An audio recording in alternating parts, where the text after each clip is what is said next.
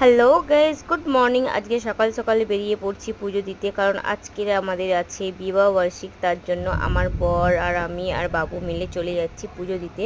বাবুকে নিয়ে যাব না, কারণ বাবু যাবে স্কুলে। অনেক দিন পর, গরমের ছুটির পর স্কুল খুলছে, তার জন্য ওকে নিয়ে যাব না।